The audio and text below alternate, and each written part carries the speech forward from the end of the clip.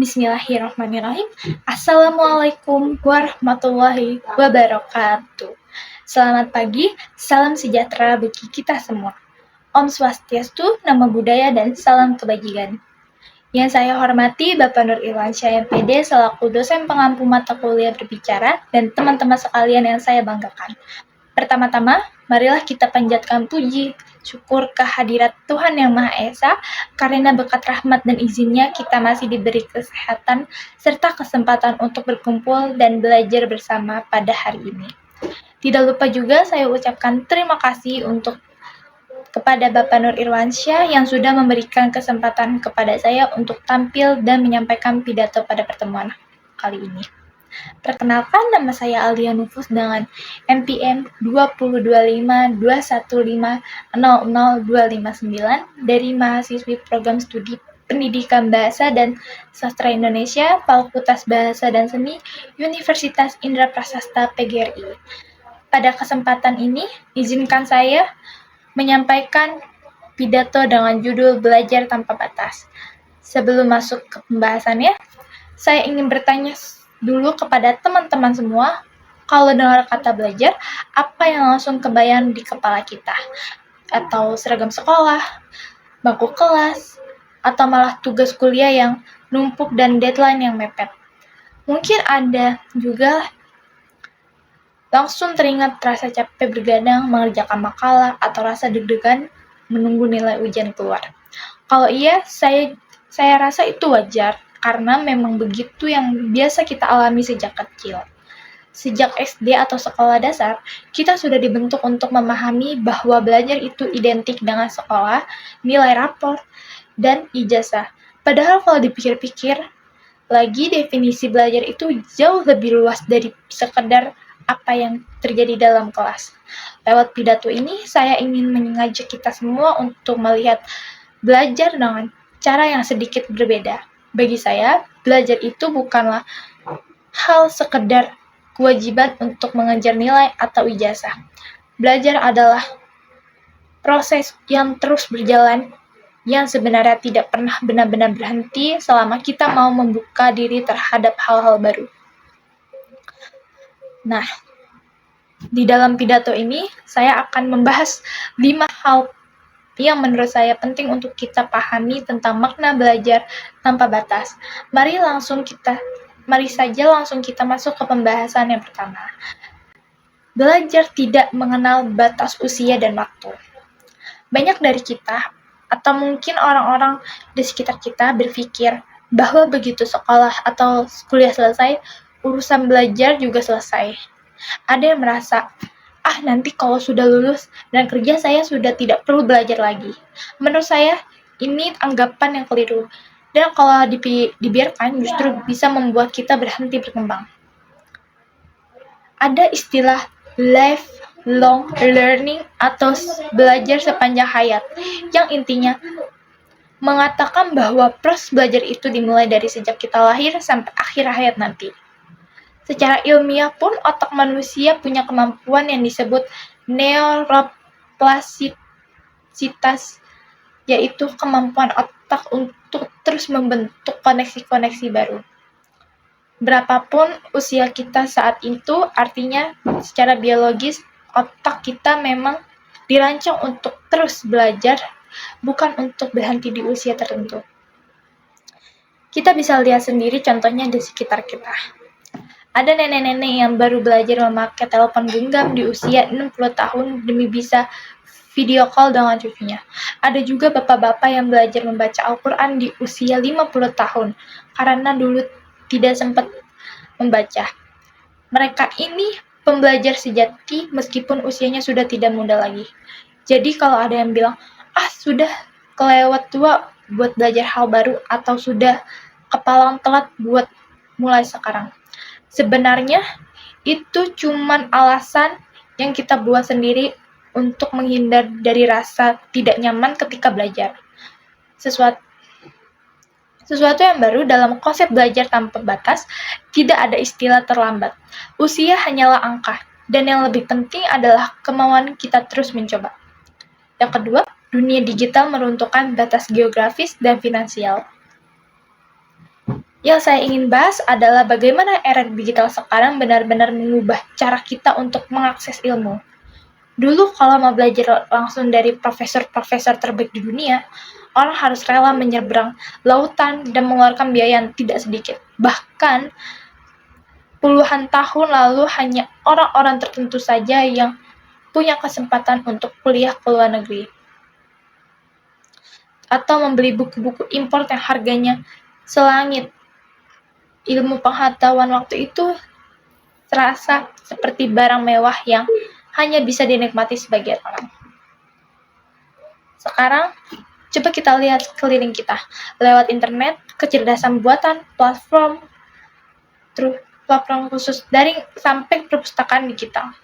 Dunia belajar kita jadi jauh lebih luas dari sekedar ruang kelas. Kita yang duduk di Jakarta saja bisa membaca jurnal ilmiah dari belahan dunia lainnya hanya dalam hitungan detik. Kita bisa menonton kuliah dari kampus-kampus ternama dunia secara gratis, cukup bermodalkan kuota internet dan niat untuk belajar. Keterbatasan biaya pun sekarang bukan lagi halangan mutlak, karena banyak sekali sumber belajar yang berkualitas yang bisa diakses gratis, mulai dari video pembelajaran, artikel, podcast, sampai forum diskusi dengan orang-orang dari berbagai negara. Jadi, sebenarnya yang membatasi kita hari ini bukan lagi soal fasilitas, melainkan soal kemauan diri kita sendiri. Pertanyaannya, sudahkah kita memanfaatkan kemudahan ini dengan semaksimal, atau justru kita lebih sering menghabiskan kuota untuk hal-hal yang kurang bermanfaat? Yang ketiga, menjadikan kegagalan sebagai ruang untuk belajar. Ini juga tidak kalah penting bagaimana kita memandang kegagalan. Untuk bisa belajar tanpa batas, kita perlu yang namanya growth mindset atau pola pikir yang mau bertumbuh dalam proses pembelajaran. Pasti ada saja momen kita jatuh, salah, atau bahkan ditolak. Mungkin di antara teman-teman ada yang pernah gagal ujian, ditolak organisasi, ditolak kampus di impiannya, atau presentasinya dikritik habis-habisan oleh dosen. Saya juga sendiri pun pernah mengalami hal semacam itu. Dan rasanya memang tidak enak. Tapi bagi orang yang benar-benar mau belajar, kegagalan bukan akhir dari cerita. Kegagalan itu semacam data baru buat kita. Ia menjadi guru yang paling jujur. Ia menunjukkan bagaimana dari di kita yang masih perlu diperbaiki. Coba bayangkan, kalau kita tidak pernah gagal sama sekali, bagaimana kita bisa tahu letak kekurangan kita? Justru dari kegagalan itulah kita mendapatkan gambaran yang jelas tentang apa yang harus diperbaiki.